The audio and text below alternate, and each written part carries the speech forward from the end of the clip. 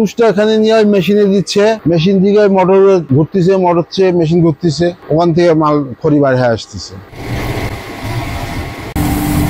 দিনে 150 মণ 200 মণ পর্যন্ত হয় আর কি। এটা ধুমা কম হয়, তারপরে হিট বেশি হয়, জলে বেশি। আর ঝড় বৃষ্টি আসলে তখন এটাকে ঘরে বসে জ্বালাতে পারে, ড্যাম হয় না, যখন দেয় তখনই জ্বলে। চুলাটা দীর্ঘস্থায়ী হয়। এটা প্রথম আসে বার্মার থেকে আমরা দেখে তারপরে এখানে মডিফাই করার পরে চিটাগাং থেকে আমরা মেশিন নিয়ে আসি, মোটর মেশিন নিয়ে এসে এখানে স্থাপন করি। তখন থেকে আর কি এটা আর কি ধীরে ধীরে চালু করছি আর কি। কাজের সাথে আছি 30-35 বছর হলো। এটা শুধুমাত্র তুষ, ধানের ছাল, অটো রাইস মিলে যে ছালটা বাড়ায়, ওই ছালটা দিয়ে এটা তৈরি হয়। এর ভিতরে আর কিচ্ছু নেই, খালি তুষই থাকে। এটা মন হিসাবে বেচছে কেজি।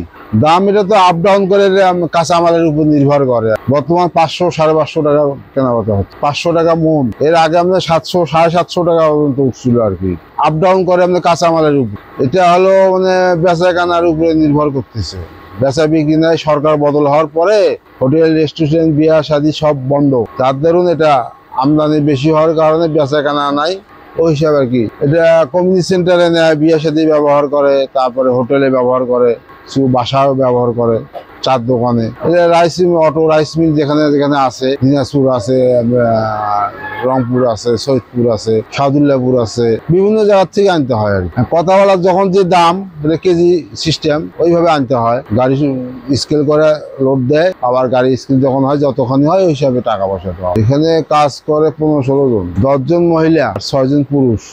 মহিলারা মিলের ভিতরে কাজ করে, আর 6 জন যে পুরুষ আছে আর গাড়ি লোড আনলোড বাইরে কাজ করে। যারা স্টার্ট হয় হলে আপনার 8টার থেকে, সকাল 8টার থেকে বিকেল 5টা পর্যন্ত চলে। বিয়ে শাদী যখন বাজে তখন আর কি এই সময়টা বেশি চাহিদা থাকে আর কি। এটা চাহিদা হয় শীতকালে বেশি। গাইবান্ধা, সুন্দরগঞ্জ যায়, শহরে যায়, বিভিন্ন জায়গায় যায় আর কি। মানে আশপাশে পলাশবাড়ি আছে, বাদিয়াখালী আছে, বোনারপাড়া আছে, এই সমস্ত জায়গায়, তুলসীঘাট, গাইবান্ধার বাইরেও যায়, রংপুর যায়, সাতক্ষীরা যায়, বগুড়া, বিভিন্ন জায়গা। যার যখন দরকার, যেখানে পর্তা খায় যে সেখানে নেয়। বিশেষ করে হলে পর্তার উপরে হয়তো এক সাইডে ঘাটতি আছে, তখন এই সাইড থেকে নিয়ে আর ওই সাইড পূরণ করে। আর আমাদের যখন ঘাটতি থাকে তখন আমরা আরেক সাইড থেকে নিয়ে আসি। চাহিদার উপরে সবকিছু নির্ভর করে। লাভ তো অবশ্যই, ব্যবসা মানেই তো লাভ ছাড়া তো কেউ ব্যবসা করবে না।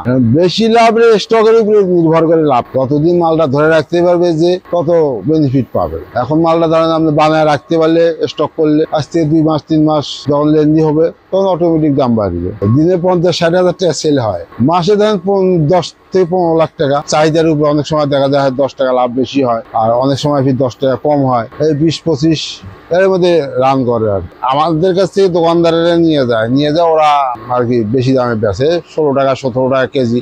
কেউ 700 বেচে, কেউ 750 বেচে। তা আমরা বর্তমান বেশি হলে 550 টাকা। আমাদের কাছে 550 টাকা নিয়ে যায়, ওরা আপনার 700-750 টাকা বিক্রি করে। এর আয় উন্নতি নাই, যে খাওয়া দাওয়া চই যেরকম ইনকাম হতেছে ওই ওর উপরে নির্ভর করে আর কি সবকিছু। এটা দিয়ে যে প্রতিষ্ঠিত হওয়া, ডেভেলপ হওয়া সেরকম কিছু নাই। শুরু করার সময় এখানে 20-25 লাখ টাকা ইনভেস্ট করছিলাম, ওই পর্যায়ে আছে, ওই 20-25 লাখ টাকা এখন আছে।